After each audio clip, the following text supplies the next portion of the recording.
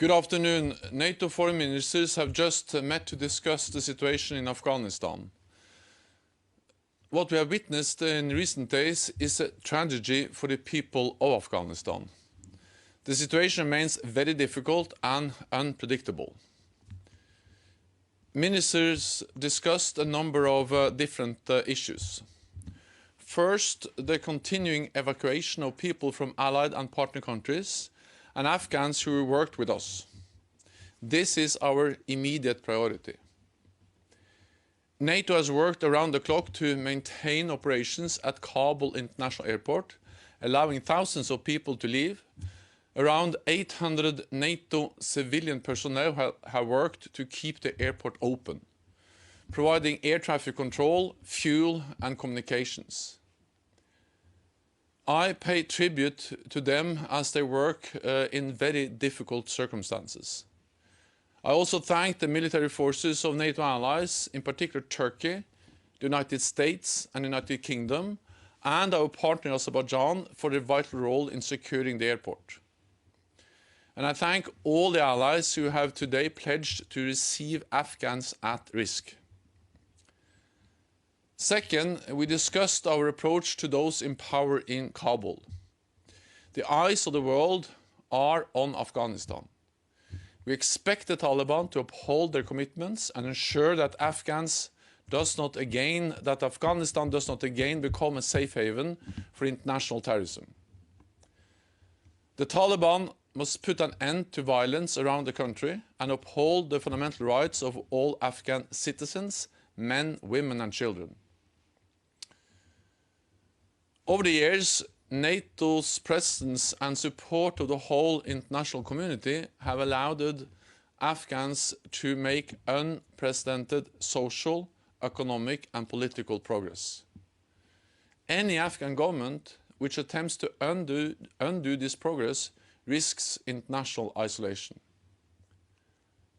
Third, ministers agreed that we will not allow terrorists to threaten us again from Afghanistan. NATO's engagement was in response to the terrorist attacks on the United States on 9/11. Our objective was to prevent terrorists from using Afghanistan as a safe haven for further attacks on us. And no terrorist attacks on Allied soil have been organized from Afghanistan over the last 2 decades. These gains must be preserved for our own security. Finally, there are hard questions that we need to ask ourselves over our engagement in Afghanistan. We were clear-eyed about the risks of withdrawing our troops, but the speed of the collapse of the Afghan political and military leadership and armed forces was not anticipated. There are many lessons to be learned, and I intend to conduct a thorough assessment of NATO's engagement in Afghanistan. North America and Europe must continue to stand together in NATO. The unfolding events in Afghanistan do not change this. The shifting global balance of power, Russia's aggressive actions and the rise of China make it even more important that we keep a strong transatlantic bond. We honor the service of the hundreds of thousands of allied and partner military and civilians who have served in Afghanistan and all the Afghans who have stood with us. With that, I'm ready to take your questions. And for the first question, we'll go to Thomas Kutschke from Frankfurter Allgemeine Zeitung. Thanks a lot and good evening. Secretary General, last Sunday when Kabul had fallen, US Foreign Secretary Blinken said that the US could deal with any Afghan government that upholds the basic rights of its people and doesn't harbor terrorists. Now, today's statement from NATO foreign ministers goes way beyond that, including notably rule of law as a condition. How do you explain that difference? And how would you sum up your message to the Taliban rulers in Kabul today? That's my first question. If I may add a second one, could you please explain in which framework you intend to do this thorough investigation of the Resolute Support Mission? Thank you. First of all, we discussed at the meeting today, and I raised the issue of a thorough assessment, lessons learned process, not only about the Resolute Support Mission, but NATO's total engagement in Afghanistan over 2 decades. And as you know, that started with the ISAF mission, and then that turned into the Resolute Support in 2014. So we have been there for close to 20 years, and we have invested a lot in blood and treasure in Afghanistan. And I think we should now have a very honest and clear-eyed assessment of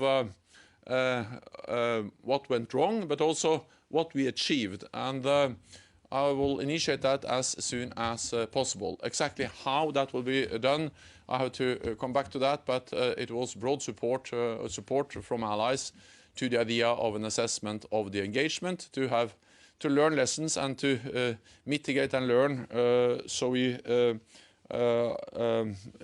draw the right lessons from the engagement in Afghanistan. And I have a humble approach, because when we see the challenges, the crisis we are faced with in Afghanistan, of course there are some serious lessons to be learned after 2 decades in Afghanistan for NATO. Then fundamentally the message from all allies, of course, and also the United States, and also what is reflected in the statement from foreign ministers today, is the same. That the government, the rulers, the Taliban, they in Kabul, in Afghanistan, they need to live up to their international commitments, to not harbor, support international terrorist organizations like Al-Qaeda, ISIS, to respect human rights, including the rights of women, and also to give free passage to people so they can leave the country, and that of course also includes Afghans. And this has been expressed by allies, individual allies, and today also in a joint statement by all NATO allies coming from the foreign ministerial meeting. For the next question, we'll go to Paris. Melissa Bell for CNN. Secretary General, thank you very much. I wanted to ask you, first of all, whether you agreed with the statement that's been made these last few days that this was the greatest debacle in the history of NATO. Also, whether you don't think that what's happened these last few days is really a nail in the coffin of Article 5, that allies can go into battle together, but once they don't withdraw together as a coalition, NATO has a problem. This is a tragedy, first and foremost, for the people of Afghanistan. We have been there for 20 years. We have deployed hundreds of thousands of NATO troops. Several thousand have paid the ultimate price. And hundreds of thousands of non-US allies have served alongside US soldiers in Afghanistan, and more than 1,000 have paid the ultimate price. So this has really been huge efforts by this alliance. When the United States signed an agreement with Taliban back in February 2020, of course, then it was very difficult for European allies to continue to stay, because, as you alluded to, we went into Afghanistan as an reaction, as a response to an attack on the United States. And when the United States decided to end its military mission there, with the agreement signed back in February 2020, then it was no viable practical option for the other allies, European allies and Canada, to remain without the United States. NATO remains a strong alliance. NATO has implemented the biggest reinforcement of our collective defense in Europe since the end of the Cold War. And it was a very clear message from the meeting today that whatever happens in Afghanistan, that should not undermine our ability to protect NATO-allied countries, NATO-allied territory, and that was a very clear message from the foreign ministers today. The next question goes to Reuters and Sabine Siebold. Thank you, Secretary General. I wanted to ask you whether you have any idea or how long you expect Kabul airport to remain open and to continue evacuations. And the second one, if I may, you thanked several states for establishing security at Kabul airport, amongst them Turkey. Could you work out a little bit on that one, please? Thank you. So Turkey has been responsible for the airport for several years, and they continue to play a key role in operating the airport. The big difference now is, of course, that because of the crisis, because of the difficulties, because of the huge evacuation effort, other allies, and especially the United States, has also deployed a large number of troops to the airport, and all allies thanked today those allies who are helping to operate the airport, in particular Turkey, the United States, United Kingdom, but also some other allies who have deployed different kinds of capabilities to be able to run the airport. And also several hundred NATO officials are supporting, civilian officials, civilian staff are also helping to operate the airport in close cooperation with the United States and other NATO allies. Then on the timelines, that was an issue that was discussed during the meeting today, and several allies raised the issue of potentially extending the timeline to get more people out. The US has stated that the timeline ends on the 31st of August, but several allies raised during the discussion today the need to potentially extend that to be able to get more people out. Our focus is to get, of course, our own staff, people working for NATO, allied countries, for partner countries, but also Afghans. And we are working hard to help the Afghans. We have been able to get some out, but we are working hard to get more Afghans out of Afghanistan. For the next question, we go to GOTV News from Pakistan and Khalid Hamid Faruqi.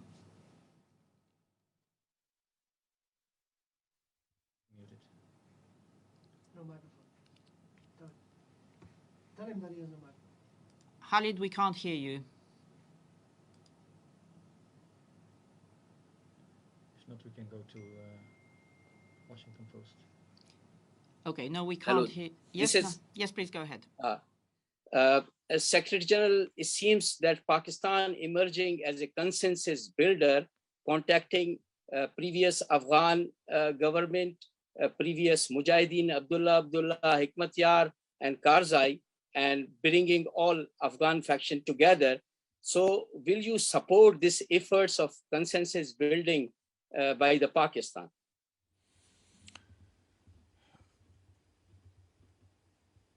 I think what is important now is that whatever new government we will get in Kabul, that this is an inclusive government, and everything that can help to support such a process, I think, is helpful. When it comes to Pakistan, I think that Pakistan has a special responsibility, partly because Pakistan is a neighbor of Afghanistan, and partly because of Pakistan's close relationship to Taliban. So I think Pakistan has a special responsibility to make sure that Afghanistan live up to its international international commitments, and also that Afghanistan not once again becomes a safe haven for international terrorists. A stable Afghanistan is in the interest of all countries, not least neighbors as Pakistan. The next question goes to Washington Post and Reese Tebo. Hi, thank you. Secretary General, before Kabul fell, you warned the Taliban that, quote, they will not be recognized by the international community if they take the country by force. Now that they've done that, what is NATO's position on recognizing the Taliban as the government of Afghanistan? Is recognition out of the question, or is it instead conditioned on a set of criteria? And does NATO currently have a line of communication with the Taliban? Thank you. So NATO is not a nation, so NATO does not recognize states. But of course, NATO allies can do that, and it was clearly stated in the meeting today that diplomatic recognition is something which it has to be conditions on how the new government behave and to what extent they live up to their international commitments. So the message is reflected in the statement agreed by foreign ministers today, and that is about the need for Afghanistan to live up to commitments. For instance, a commitment in the agreement with the United States signed in February 2020 or last year, where they clearly state that they should not provide safe haven for international terrorist groups like Al-Qaeda or ISIS. So that's a very obvious and important commitment, because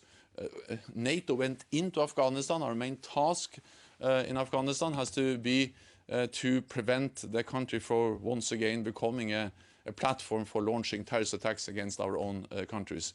For 20 years we have prevented such attacks, terrorist attacks from Afghanistan against NATO allied countries. We need to preserve those gains, and we also discussed during the meeting today how we can preserve those gains, including by stating very clearly to the new Afghan rulers, the new government, that these are commitments we expect them to adhere to. Then, of course, it also is relevant when it comes. We also expect them to live up to other commitments, including the respect for human rights and the rights of women. And then some NATO allies have not recognized the new government, partly also because there is no new government to recognize. But some allies, and I think that is important, they have what I will call operational tactical contact with Taliban. But that is to ensure safe passage, to manage the situation outside the airport and so on. That is, we have to distinguish these kind of tactical operational contact with Taliban, which I think is needed, important, and diplomatic recognition. That's two different things. The next question goes to Lailuma Sadid from Brussels Morning.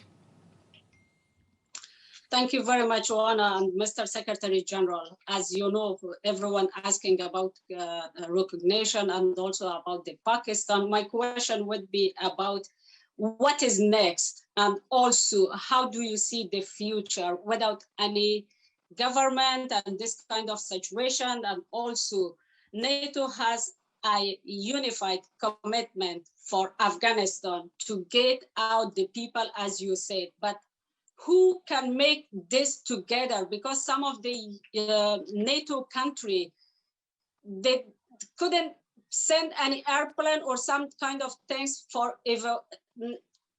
sending or bringing back the Afghan people. How do you manage this kind of things, especially for the moment with the huge people are arriving and are at the airport? And I hope in this way, it becomes solve all the problem that they leave the Afghan people if they want to leave the Afghanistan, they leave them. Thank you very much. The meeting we had today was a very timely and I will also say constructive meeting of NATO foreign ministers, because we addressed the urgent issue of evacuation, but also some of the more longer-term challenges. Counterterrorism, how to have a common political approach to the new rulers in Kabul, and also how to conduct a lessons learned process and how to maintain the unity of the alliance. When it comes to the immediate and most urgent task of evacuation, I welcome the fact that many allies today clearly made offers to host Afghans, to receive them in their countries. So if we get them out, there are many NATO allies who are ready to receive either temporarily or as a permanent resettlement in NATO countries. Many allies have also sent down planes. So we are, of course, United States, but also other allies have planes in the region, and many have been able to fly in and also take out people from the airport. The challenge, so that's in a way, in a very dire and difficult situation, at least some good news that allies are ready to receive Afghans and also ready to send down planes and help to evacuate. The big challenge is to get people on those planes. The limiting factor is not the lack of planes. The limiting factor now is actually the ability to get people into the airport process and on the planes. So that was an issue that was thoroughly discussed in the meeting today, raised by many allies. The need to work harder on how can we get more people who are now outside the airport into the airport, then processed, and then onto the planes. Because the paradox is that we have more planes than we have people or passengers, because the process of getting people into, and especially Afghans into the airport, processed, is now the big challenge. So I think that's one of the reasons why this meeting was so important, because then we had 30 allies sitting around the table and focusing on perhaps the most difficult and urgent task now, and that is to enable more people, make it possible for more people, especially Afghans, to get to the airport and into the airport. Next, we'll go to DPA and Ansgar Hase. They be safe. Sorry, Lailuma, you had a follow-up question. Just a small one. I would like to ask about the women activists. Is there any guarantee they will be safe? This is my really always support for the women. NATO allies are doing whatever they can to get as many people as possible out of Afghanistan. We have been able to get thousands out already, also many Afghans. Several NATO allies have also in particular raised the issue of not only helping citizens from our own countries, from partner nations, and Afghans who have worked with us, but also other Afghans at risk. But again, we face the same challenge to get these people to the airport and into the airport. And that was one of the main issues discussed at the meeting today. And we are working hard on how we can make more progress on getting Afghans at risk to the airport and into the airport. Next, we go to DPA. Thank you. Secretary General, how many Afghans who worked for NATO still have to be evacuated? And can you tell us how many places for relocation were pledged today by allies? And if I may, another question, is it correct that there are plans to set up a central reception center for rescued Afghans in Kosovo or Poland? Thank you. As we are discussing different sites for temporary staging, housing areas for Afghans coming out of Afghanistan, and then several allies offered or declared a readiness to also resettle on a more permanent basis. So the challenge now is actually not to find allies who are willing to receive Afghans either on a temporary basis or permanent basis. The challenge is to get them to the airport and into the airport, because we have countries ready to receive, we have planes ready to transport them. The challenge is to get them to the airport, and that was one of the main issues raised, discussed at the meeting today. And I think that in itself, that you have 30 allies pinpointing or making so clear, stating so clearly, and also addressing and discussing how we can make progress on that issue. Mogelijk. Verlucht regelmatig binnenruimtes om zo de verspreiding van het virus tegen te gaan. Blijf ook jezelf en anderen beschermen door een mondmasker te dragen, afstand te houden en je handen regelmatig te wassen. Stap voor stap. Samen kunnen we het coronavirus verslaan.